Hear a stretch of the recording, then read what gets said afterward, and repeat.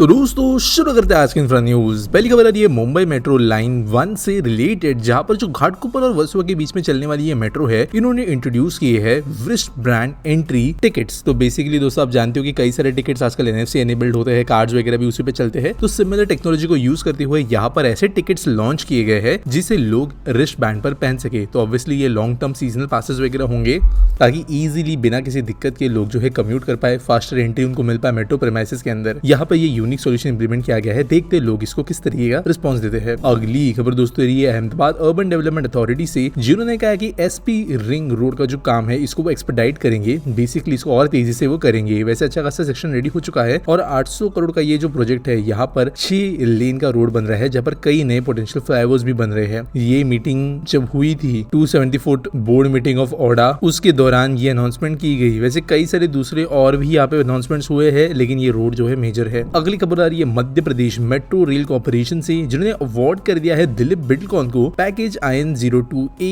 Indore metro के लिए, और इसकी कीमत है 228.96 करोड़ रुपीस। 27 मंथ की यहाँ पर कंस्ट्रक्शन डेडलाइन है। और वैसे करंटली इंदौर मेट्रो के काम को शुरू हुए 66 मंथ्स हो चुके हैं, तो बहुत ही ज्यादा बिहाइंड शेड्यूल चल रहा है इंदौर मेट्रो।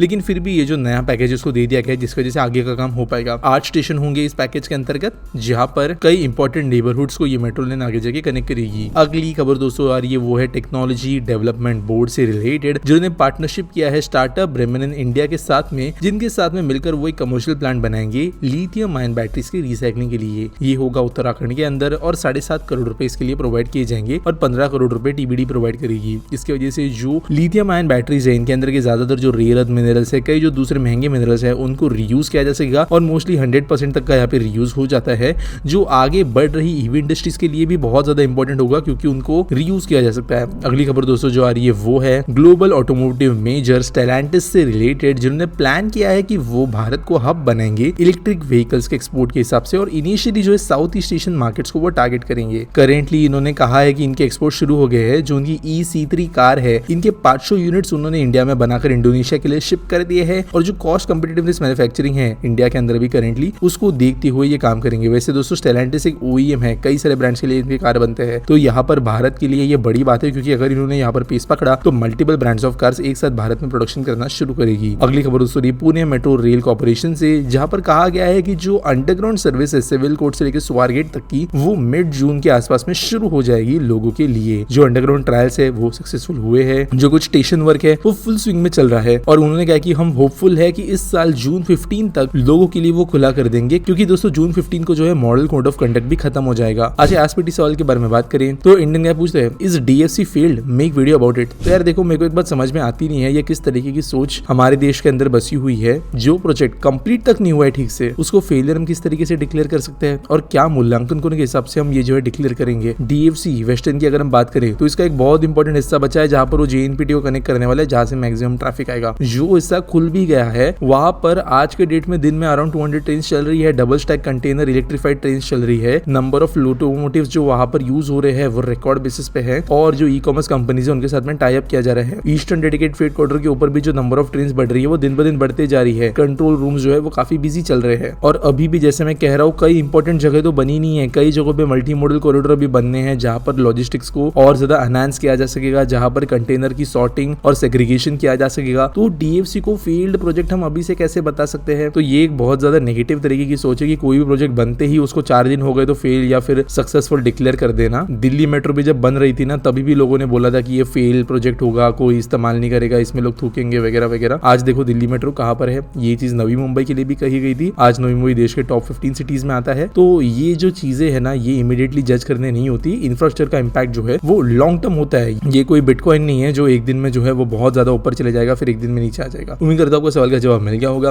आपके पास कोई सवाल है आप नीचे मुझे कमेंट सेक्शन में जरूर पूछ सकते हो। कोई न्यूज सबमिट करनी है तो उसके लिए आपको लिंक मिल जाएगी डिस्क्रिप्शन के अंदर, और हमारे चैनल को सब्सक्राइब करना, वीडियो को लाइक करना और दोस्तों के साथ शेयर करना ना भूले। मिलेंगे अगले वीडियो में।